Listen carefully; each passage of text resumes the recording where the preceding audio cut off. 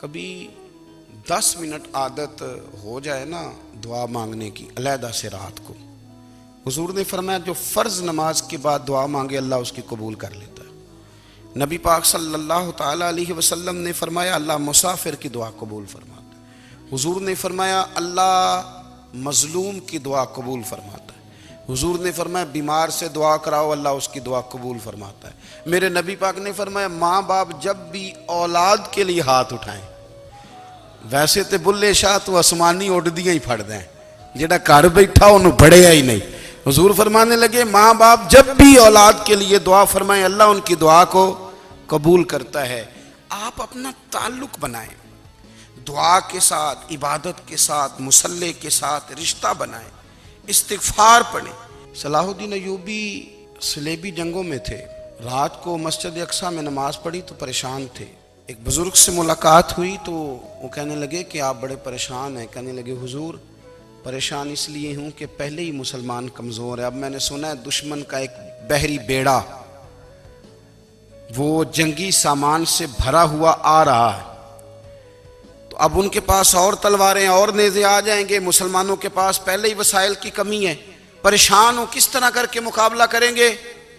ये बात कहते ही सलाहुद्दीन अय्यूबी ने बुजुर्गों से कहा हुजूर आप भी दुआ करना, दुआ की बड़ी ताकत है। मेरे नबी पाक ने फरमाया दुआ मोमिन का हथियार है, दुआ मोमिन का। हुजूर ने फरमाया तकदीर को स्वाए दुआ के कोई चीज नहीं बदल सकती, दुआ मोमिन का हथियार है। ये काफिर के पास कोई नहीं, ये हथियार है मोमिन का। अल्लाह करे आपको समझ आए, फिर सुने कई बार कह चुका हूं, ये हथियार है। काफिर के मुकाबले में जो तेरे पास सबसे बड़ा हथियार है वो दुआ है। दुआएं करानी छोड़ दी, करनी छोड़ दी, लेनी छोड़ दी।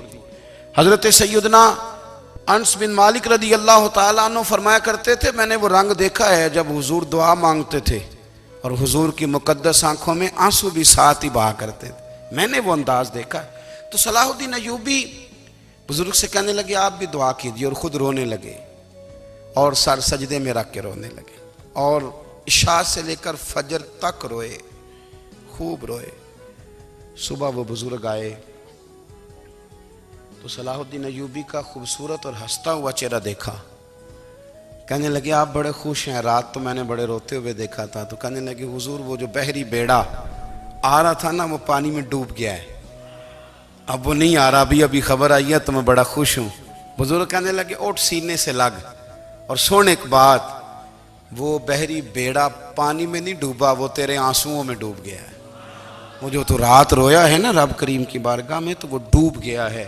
भाई अपना मुसल्ले का, इबादत का, वज़ाइफ का, अल्लाह अल्लाह का सिलसिला उसको मजबूत करें, अपनी दुआओं के ताल्लुक़ को मजबूत करें। दुआएं बड़े इनकलाब बर्पा कर देती हैं।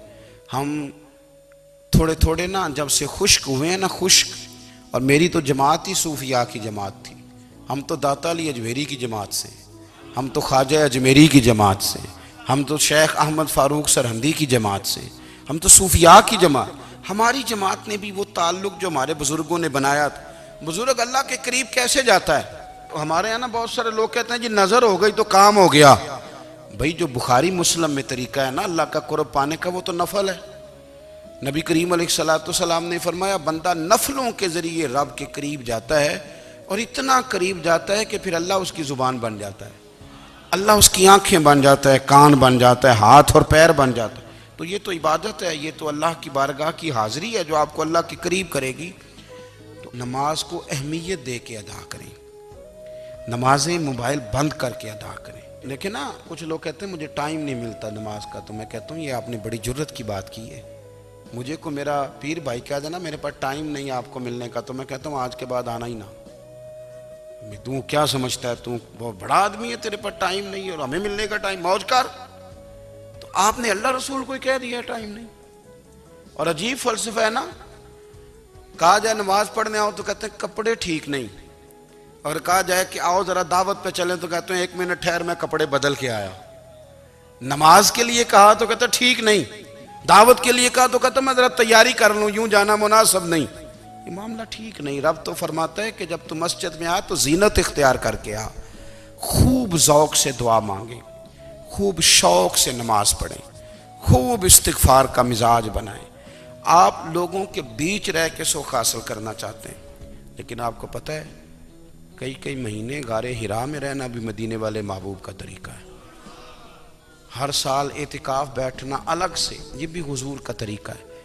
मस्जिद नबी के अंदर दरवाज़ा खुलता था नबी करीम का, पर घर के अंदर नफल पढ़े नबी पाक। और हुजूर फरमाते हैं कुछ नफल नमाज घर में भी पढ़ा करो, घर को कब्रिस्तान ना बनाओ। हमारा घर अल्लाह के जिक्र से आबाद होगा।